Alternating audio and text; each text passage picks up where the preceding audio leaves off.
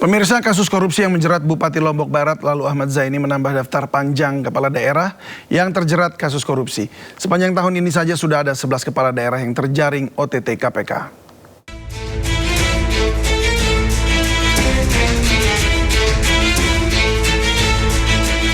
Sepanjang 2026, KPK sudah melakukan belasan operasi tangkap tangan atau OTT.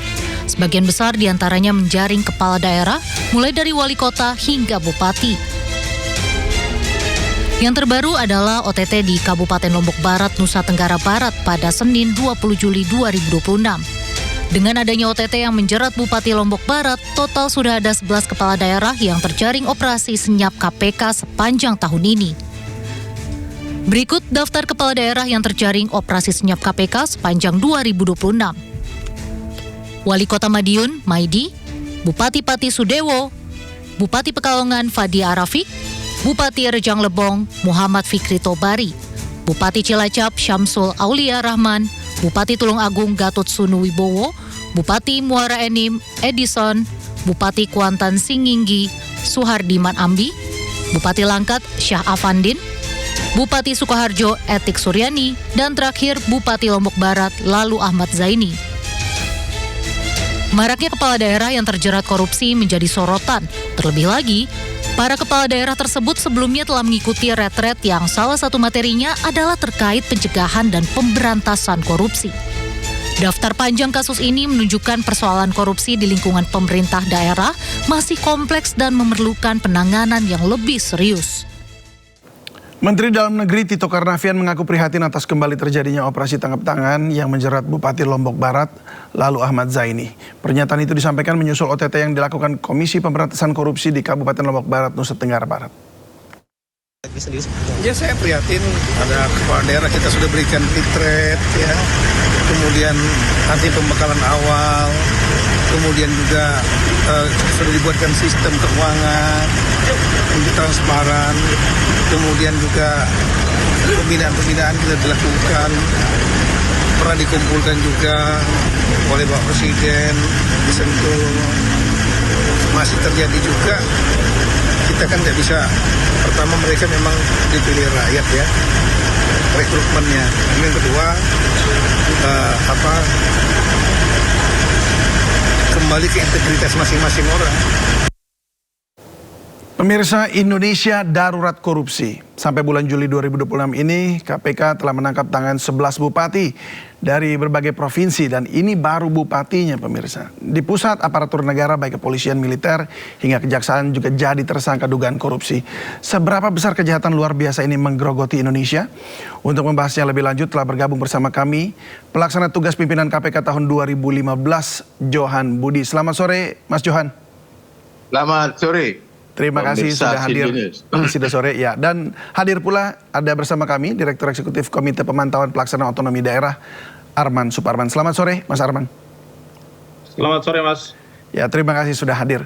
Saya ke Mas Johan dulu ya. Mas Johan, ini ironis banget ini. 11 bupati terjaring OTT selama 2026, sementara dari tahun 2025 ada 15 bupati sampai 2026. Artinya secara year on year terjadi peningkatan 230% bupati yang terkena OTT KPK.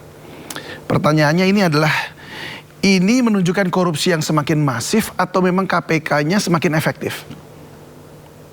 Ya, saya kira harus diukur ya dari bagaimana kemudian korupsi ini ditangani. Ada pendapat yang mengatakan bahwa ini yang kena OTT oleh KPK bukan menunjukkan korupsi semakin meningkat di berantas atau korupsi semakin banyak. Saya kira tidak ada data yang berkaitan dengan itu ya, secara signifikan. Ya. Yang terjadi adalah ini KPK melakukan OTT ke banyak bupati ya, yang kemudian ditemukan mereka melakukan ada dugaan terjadi korupsi gitu. Jadi sama sekali tidak bisa mengukur apakah korupsi semakin banyak ataukah apakah korupsi ini, pemberantasan korupsi semakin meningkat dilakukan oleh KPK. Karena akan selalu terjadi menurut saya, kita diskusi soal serupa ini sudah sering kali ya, tidak hanya pada saat KPK melakukan OTT di bulan ini, tapi jauh sebelumnya selalu saja pertanyaan yang sama diajukan. Ya. Apakah korupsi semakin banyak? Apakah sekarang KPK memberantas korupsi sangat sangat masif? Itu tidak bisa diukur ya. Karena tidak ada data yang valid mengenai itu. Yang pasti kalau kita melihat apakah upaya pemberantasan korupsi yang dilakukan oleh pemerintah Indonesia, di sana ada KPK, ada polisi, ada jaksa ya, secara persepsi itu bisa diukur dari indeks persepsi korupsi, meskipun tidak selalu langsung berhubungan dengan banyaknya korupsi, tapi IPK itu bisa sedikit menggambarkan betapa korupsi yang terjadi di Indonesia itu seperti apa. Ketika IPK meningkat, maka upaya yang dilakukan dalam kaitan dengan pemberantasan korupsi bisa dibilang quote-unquote ya, itu menuju keberhasilan lah, meskipun masih jauh. Tapi kalau IPK turun ya, dari tahun ke tahun turun misalnya, itu menunjukkan bahwa korupsi masih sulit diberantas gitu. Ini sekali lagi persepsi ya, yang diukur dari bagaimana pelayanan publik, bagaimana hal-hal yang dilakukan oleh birokrasi, yang kemudian dipotret melalui persepsi publik ya, oleh transparansi internasional. Paling enggak itu yang bisa sedikit mendekati menjawab pertanyaan yang tadi ya, apakah banyaknya bupati yang ditangkap di OTT itu menunjukkan pemberantasan korupsi semakin masif atau korupsi semakin banyak gitu. Itu nanti bisa salah satu pendekatan yang menurut saya bisa dilihat dari indeks persepsi korupsi yang ada di Indonesia gitu. Saya kira itu. Baik, Mas Johan, saya ingat banget dulu waktu Mas Johan masih sebagai jurnalis ya, mungkin di perusahaan yang terakhir itu sempat mengeluarkan sebuah tabloid itu mengeluarkan penelitian sekitar 10 orang kepala daerah, bupati atau wali kota yang bersih. Ada, saya ingat sekali tuh. Pernah dikeluarkan waktu itu, dirilis, entah Mas Johan yang tulis atau bukan, tapi media massa itu yang mengeluarkannya. Itu sebelum tahun 2010 kalau tidak salah. Dan itu memasukkan 10 nama. Apakah sekarang masih ada orang-orang seperti yang 10 nama yang dikeluarkan, dirilis pada saat itu di seluruh Indonesia ini? Masih ada nggak menurut keyakinan dari Mas Johan? Bupati-bupati yang top, yang memang benar-benar nggak mau korupsi, yang memang betul-betul melawan?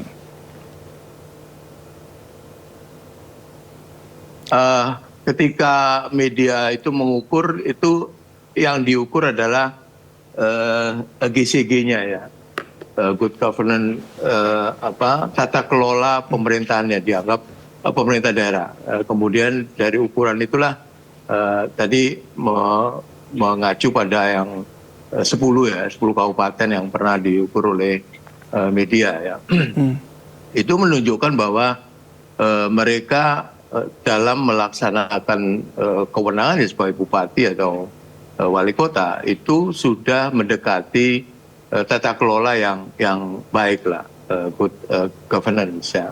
Tetapi itu sama sekali tidak bisa kemudian dikorelasikan bahwa di situ tidak ada korupsi. Saya masih ingat ada seorang gubernur ya di Sumatera yang kemudian minggu lalunya gitu misalnya mendapat penghargaan dari KPK, tapi minggu depannya ditangkap. Itu juga ada. Jadi ada ukuran-ukuran yang tadi itu sama sekali tidak bisa membedah apakah bupati, wali kota, gubernur itu memang benar-benar bersih ya. Tapi ukuran-ukuran yang digunakan oleh media yang tadi disebut itu hanya bagaimana mereka mengelola birokrasi di tataran kabupaten, kemudian kota atau gubernur. Jadi tidak ada relevansinya kalau kita melihat tadi yang kejadian dapat penghargaan sebagai provinsi yang baik, yang melaksanakan tata kelola pemerintahan yang baik, tapi kemudian minggu depannya ditangkap oleh KPK, kena OTT KPK. Jadi ukuran-ukuran tadi, jadi tidak bisa digunakan menjadi sebuah parameter bahwa di situ tidak terjadi korupsi. Bahkan dulu KPK itu pernah mengumpulkan bupati, gubernur yang kemudian menandatangani fakta integritas, masih ingat ya? Fakta integritas yang kemudian ketua umum partai dan lain. Begitu ada penantangan fakta integritas, nggak lama kemudian ada anggota DPR yang ditangkap yang waktu itu ikut dalam penandatangan fakta integritas. Jadi itu hanya simbolis ya, yang kemudian hanya sekedar jadi tidak menunjukkan keseriusan bahwa ketika kita menandatangani sebuah fakta integritas itu kemudian dia menjalankan kewenangannya itu dengan melaksanakan integritas yang dia tanda tangani itu nggak ada hubungannya. Jadi kita melihat saat ini banyak sekali ketika berpidato ada bupati yang kemudian menyampaikan di sini steril ya dari upaya-upaya korupsi itu, bahkan kalau saya korupsi saya minta digantung gitu, atau dihukum mati gitu. Itu kan banyak itu statement itu yang ada beberapa disampaikan oleh bupati yang kemudian nggak lama kena OTT KPK gitu. Justru yang begitu harus langsung dipantau ya. Jadi nggak ada korelasinya kalau kita. Tapi yang ada korelasinya adalah harus ada perubahan sistem ya menurut saya yang menyeluruh. Yang kedua harus ada ketegasan dalam kaitan dengan law enforcement ya, benar-benar kalau orang korupsi ya harus dihukum berat gitu misalnya, yang kemudian menimbulkan deterrent effect ya, sehingga orang yang tidak korupsi kemudian menjadi takut untuk melakukan korupsi, coba-coba korupsi karena kesempatan ada, pengawasannya tidak terlalu ketat. Saya kira itu. Baik, saya ke Mas Arman dulu. Mas Arman, tadi Mas Johan juga bilang soal indeks persepsi korupsi ya. Dan apakah Anda dari data yang Anda miliki sebagai KPPOD, apakah di daerah-daerah yang mungkin OTT KPK ini sudah sudah terjadi ya, ada 11 bupati ini memang buruk begitu ya untuk good governance-nya dan juga persepsi korupsinya juga di para pemimpin atau aparaturnya? Iya, sebetulnya gini, dari penjelasan Pak Budi itu mau menunjukkan bahwa problem korupsi atau rasuah yang terjadi di daerah yang melibatkan oknum-oknum kepala daerah ini itu tidak sebatas problem integritas individual kepala daerah, tapi pada integritas sistem, Mas, gitu ya. Karena kalau tadi diceritakan bahwa minggu ini dia dapat penghargaan, kemudian minggu depan ditangkap, gitu ya, itu problemnya sudah bukan problem moralitas individual atau integritas pribadi, tetapi terkait dengan integritas sistem kita. Saya yakin kita semua sepakat bahwa ini adalah problem sistemik struktural, sehingga ketika setiap hari kita melihat kasus-kasus korupsi seperti ini, artinya memang, Mas, kita belum betul-betul melakukan pembenahan secara paripurna pada hulu hilir struktur kebijakan yang menjadi peluang praktik-praktik seperti ini. Karena kalau kita hanya bersandar pada sejumlah indikator penilaian ya, Mas ya, apakah yang terkait dengan integritas KPK, kemudian evaluasi penyelenggaraan pemerintahannya Kemendagri, atau inovasi kebijakannya Kemenpan RB, banyak kepala-kepala daerah yang meraih predikat A atau nilai rapor yang bagus gitu ya. Tetapi pertanyaannya kemudian adalah, apakah lingkungan kebijakan mereka itu mampu menutup praktik-praktik rasuah seperti ini?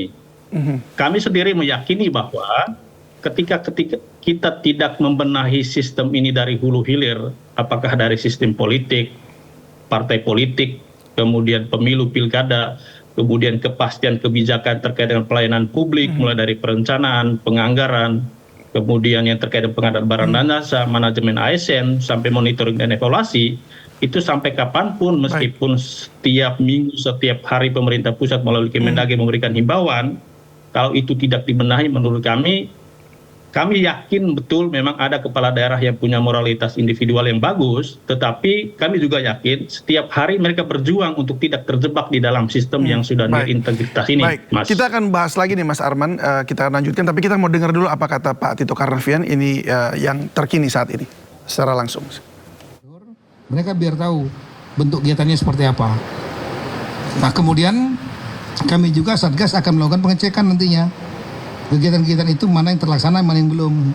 Kami akan monitor ya tiap minggu. Dan tadi dipaparkan oleh Sekjen PU bahwa anggarannya sebanyak 21,9 Pak ya. 21 triliun lebih Pak ya. 21,9 kalau saya tidak salah tadi untuk Kementerian PU.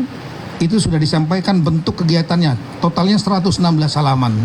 Titiknya jalan, jembatan, irigasi, macam-macam fasilitas yang akan dibangun. Ada yang sudah dibangun. Kemudian Bapak Menteri PKP tadi sudah menjelaskan mengenai pembangunan hunian tetap. Hunian tetapnya ada dua instansi yang kerjakan.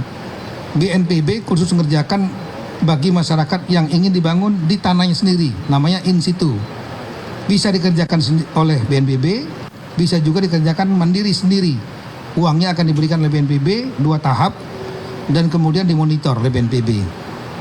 Nah, kemudian ada yang namanya kompleks. Kompleks ini kita sebut namanya ex situ, komunal.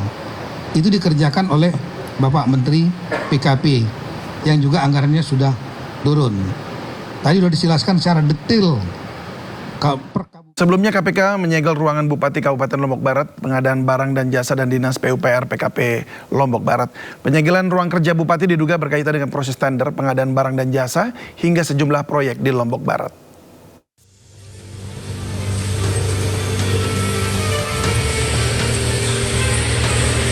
Tim anti rasuah Komisi Pemberantasan Korupsi atau KPK menyegel sejumlah ruangan di Pemkab Lombok Barat.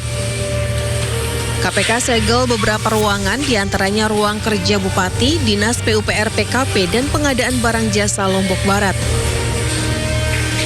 PJ Sekda Lombok Barat menegaskan jika dirinya tidak mengetahui pasti terkait penyegelan tersebut, namun masih sempat bertemu dengan Bupati saat nobar final Piala Dunia. Nggak kita lihat tahunya bahwa sampai di kantor ada ruangan yang disegel gitu. Karena sampai saat ini kan belum ada rilis resmi itu persoalan. Nah ini belum kita tahu, dari tadi kami di kantor dan belum ada informasi secara resmi ke kantor. Sejak tadi pagi Pak Bupati tidak ada di kantor? Kalau di kantor nggak ada, tapi sempat nonton bola bareng sampai subuh. Kendati dilakukan penyegelan oleh KPK, aktivitas pemerintahan di Kabupaten Lombok Barat masih terpantau normal. Dari Lombok Barat, Muzakir, iNews melaporkan. Baik, mungkin Mas boleh dijelaskan. Nama media Bapak? Saya Elvina dari Metro TV. Mungkin bisa dijelaskan sepanjang tahun 2026 ini dari Januari hingga saat ini ada berapa kasus OTT yang telah ditangani sama KPK, dan kemudian dari rangkaian kasus ini kasus mana yang paling menonjol. Kemudian apakah jumlah kasus korupsi yang melibatkan kepala daerah tahun ini masih sesuai dengan perkiraan atau justru lebih banyak? Mungkin itu, terima kasih. Oke, terkait fenomena peristiwa tertangkap tangan di tahun 2026. Yang ketiga, Mbak Satsia, silakan. Apa jawabnya dulu? Yang masih kan? Ya. Oke, silakan. Cukup ya? Yang perkara ini ya, nanti kan Mbak Sasa yang lain kan?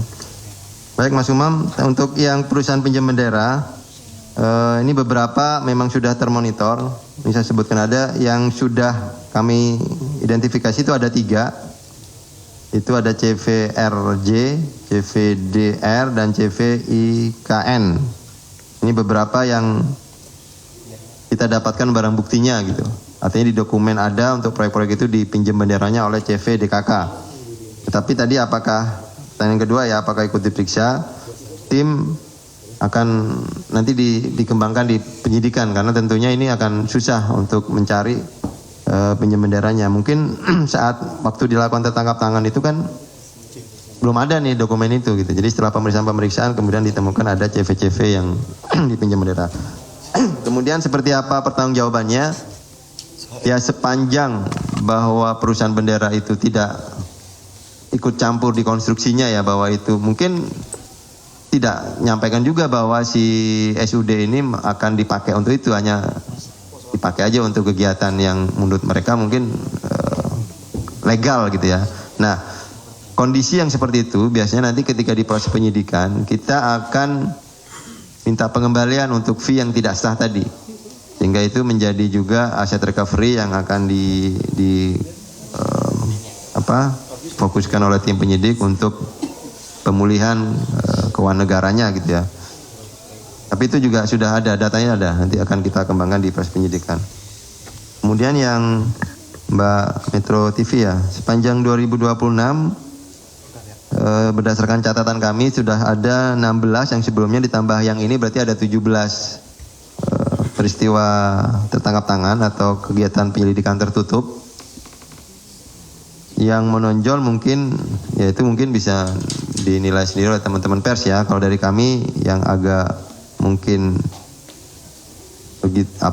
aset recovery-nya gitu atau barang buktinya agak besar itu bea cukai. Itu kan kita bisa dapatkan dari hasil tertangkap tangannya sudah 45 miliar gitu ya. Belum pengembangannya. Kemudian yang kedua imigrasi. Itu kan juga ya menurut kita karena itu pelayanan yang notabene itu juga menjadi barometer pelayanan internasional ya. Tentunya di negara kita itu juga bisa dikatakan menonjol. Yang selebihnya adalah kepala daerah. Mulai dari yang Langkat, Pekalongan, Koharjo. Kemudian ada juga selain kepala daerah dan bea cukai, imigrasi, ada terkait pajak. Itu ada Banjarmasin, Jakarta Utara, itu juga peristiwa-peristiwa OTT yang kemudian kita atensi. Dan gini teman-teman, biasanya peristiwa OTT itu kan hanya pintu masuk gitu ya. Dan beberapa kegiatan tertangkap tangan yang kita lakukan. Ya, kita kembali berbincang dengan Mas Johan Budi dan juga Mas Arman Suparman. Kita kembali ke Mas Arman. Tadi ini ada update ya, Mas Arman, bahwa ini OTT-nya banyak, ada 17, walaupun mungkin kepala daerahnya atau bupatinya itu sekitar ya 11 begitu ya. Nah ini tadi Anda katakan sistemnya itu seperti apa yang diperlukan untuk diperbaiki, karena perlu ada sistem pengawasan juga yang bahkan kalau nggak salah juga sering gagal mendeteksi sejak dini gitu ya. APIP-nya inspektorat daerah juga, bahkan DPRD juga sering gagal. Lalu sistem yang seperti gimana ini yang supaya menghindari atau menghindarkan si pejabat untuk tidak korupsi?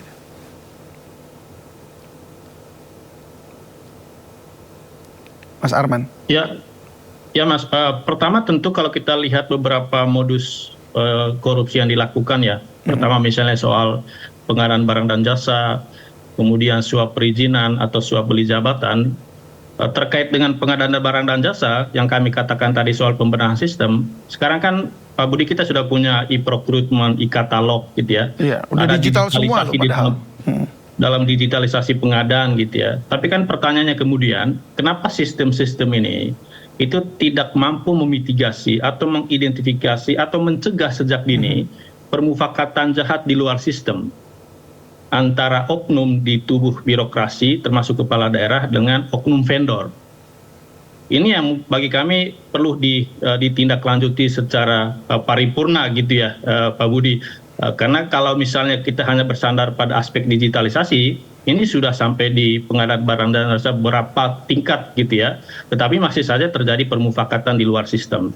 Atau misalnya kalau kita bicara suap perizinan berusaha, kenapa kami katakan ini masih menjadi ruang struktural praktik seperti ini? Karena kebijakan-kebijakan kita termasuk desain kelembagaan dan juga platform digitalnya itu masih memberi ruang abu-abu terkait dengan terutama soal kepastian prosedur, waktu, dan biaya layanan perizinan, yang ini adalah ruang abu-abu yang bisa dimanfaatkan oleh oknum, baik di tubuh pemerintah maupun di oknum pelaku usaha, gitu ya.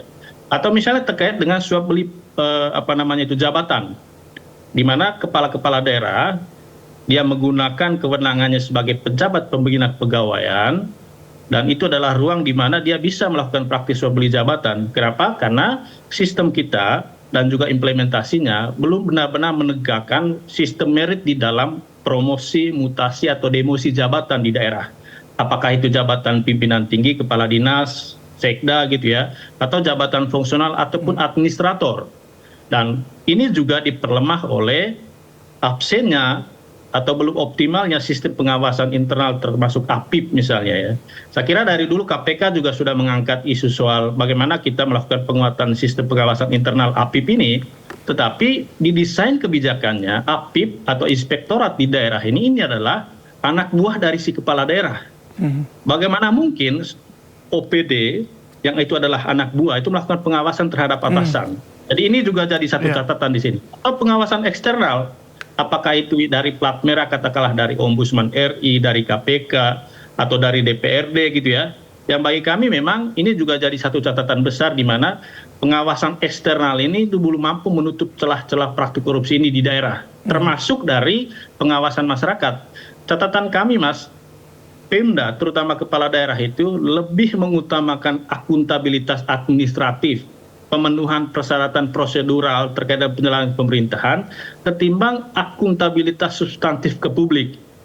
Jadi kepala daerah itu lebih takut kepada Kemendagri, lebih takut kepada aparat penegak hukum ketimbang mereka itu takut kepada rakyat. Baik kami ini juga jadi satu catatan atau peluang yang kita perlu benahi terkait dengan seperti apa evaluasi penyelenggaraan pemerintahan daerah yang itu tidak hanya sebatas output atau kinerja administratif, tetapi juga susur sampai seperti apa dampaknya kepada publik gitu Mas. Ya baik, Mas Johan, itu harus bagaimana tuh jadinya Mas Johan? Apa yang harus dilakukan gitu untuk memperkuat, mengenforce sistemnya gitu? Ya, jadi ini ya David, tadi disampaikan soal pengawas ya. Itu dari mulai kabupaten, provinsi, sampai kementerian itu ada inspekturnya. Kalau di daerah, inspektur daerah, kemudian di kementerian juga ada irjen. Tadi seperti yang Mas Harman sampaikan, ini ada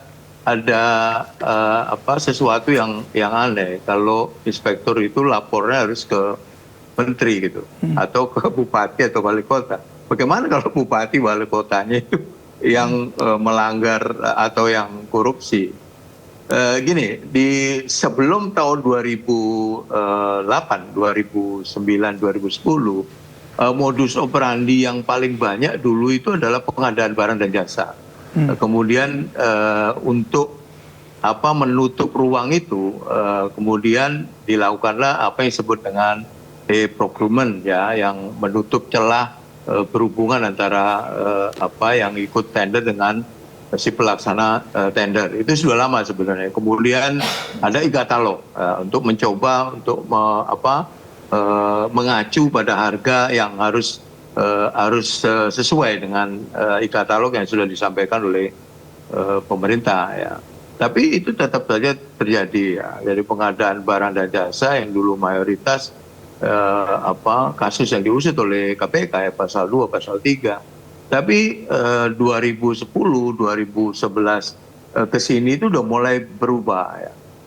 Perubahan yang drastis itu menjadi ada kong kali kong antara bupati dengan DPRD-nya. Pernah ingat David dulu ada 45 anggota DPRD sama bupatinya sama wali kotanya ditangkap KPK gitu. Jadi ada langsung kosong DPRD. Kong kali kong ya dalam kaitan dengan apakah itu pertanggungjawaban. Yang kedua, yang kemudian marak ya, saya yakin dari banyak bupati wali kota yang ditangkap itu berkaitan dengan tadi yang suap tadi ya, jual beli jabatan dan juga pemerasan ya, kepada kepala dinas yang di bawah, kamu mau jadi kepala dinas nggak, ada harganya gitu. Itu banyak dalam OTT KPK saya perhatikan. Banyak yang ditangkap karena itu. Jadi orang menyebut gratifikasi, pasal 5, suap, dan lebih banyak ke sana ya. Lalu bagaimana cara mengawasi kemudian kan?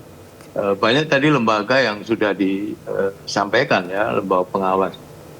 Lembaga pengawas pun juga tidak steril dari korupsi juga. Ombudsman itu juga ditangkap korupsi juga. Jadi BPK yang audit itu juga ditangkap. Itulah mirisnya kan Mas Johan. Anggota. Kita udah bingung benar aparatur. Judulmu itu udah benar, darurat itu. Tapi nggak sekarang darurat tuh. Darurat itu sudah sejak lama gitu. Sekarang makin darurat gitu. Kita berharap ke siapa ya? Ada irjen ditangkap juga, ada ombudsman yang harusnya itu ditangkap juga. BPK yang audit, yang seharusnya melakukan audit malah ikut terlibat di dalam korupsi di dalamnya gitu. Ini kan baru aja ini ada anggota BPK kan yang diusut oleh KPK gitu ya. Nah, bagaimana kemudian tadi yang disampaikan oleh Mendagri tadi ya, pengawasan sudah banyak pengawasan. Yang kurang itu adalah menurut saya yang pertama adalah law enforcement-nya, penegakan hukumnya, yang kemudian bisa menimbulkan apa yang disebut dengan deterrent effect, efek jera. Ini kan orang dituntut 10 tahun, kemudian dihukum 6 tahun, masuk penjara, ada remisi, kemudian tinggal 2 tahun, korupsinya ratusan miliar. Ya siapa yang takut kemudian tidak korupsi? Ini yang kedua, yang juga kalau kita bicara soal wali kota, bupati yang banyak ditangkap, coba kita lihat agak ke belakang, sistemnya itu seperti apa. Sistem ini tidak hanya di birokrasi, tapi bagaimana mereka kemudian mengikuti pilkadanya itu. Berapa ongkos yang harus dikeluarkan seorang calon bupati, calon wali kota, apalagi kalau daerahnya daerah yang kaya ya, quote-unquote. Itu pasti banyak kalau ditanya, padahal gaji mereka kalau kita linear ya, kita hitung gitu, itu mungkin 5 tahun itu baru 1/5-nya ya, biaya yang dia keluarkan ketika kampanye.